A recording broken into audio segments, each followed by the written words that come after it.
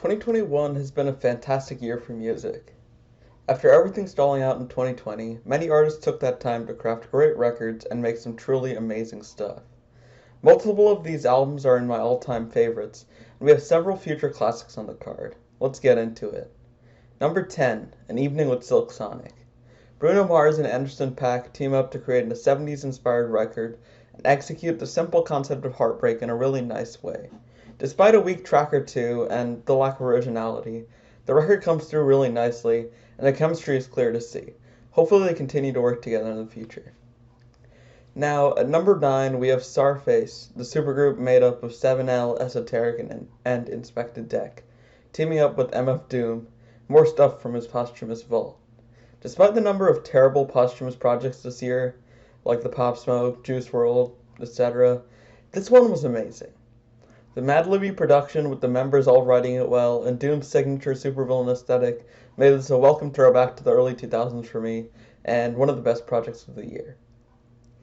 Now, the craziest rollout of the year, from one of the most chaotic artists alive, Kanye West's Donda, lands at number 8.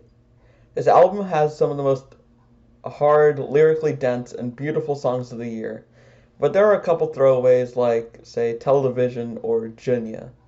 This does make for a slightly bloated record at 27 tracks or 32 for the deluxe, but despite this, it keeps a tight concept about reforming oneself and giving second chances.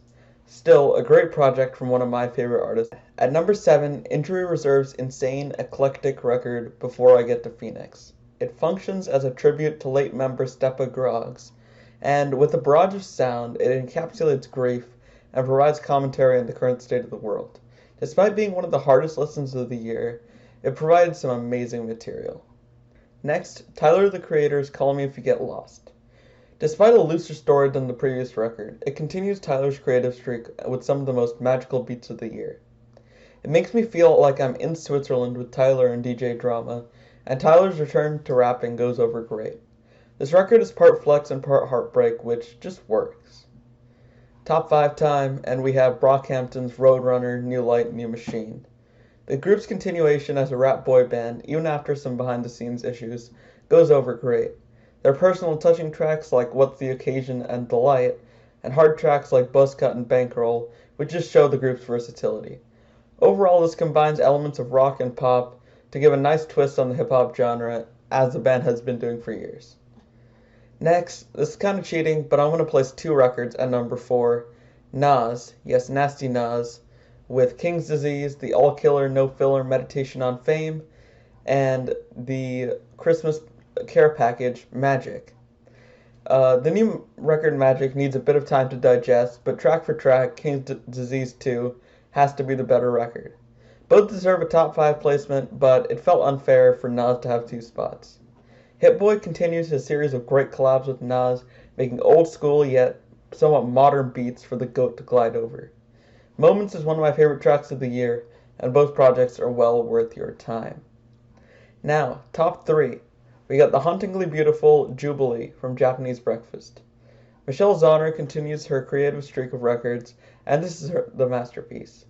The lush orchestration makes this one of the most versatile projects of the year, with strings, guitars, etc. all over, used creatively across the record.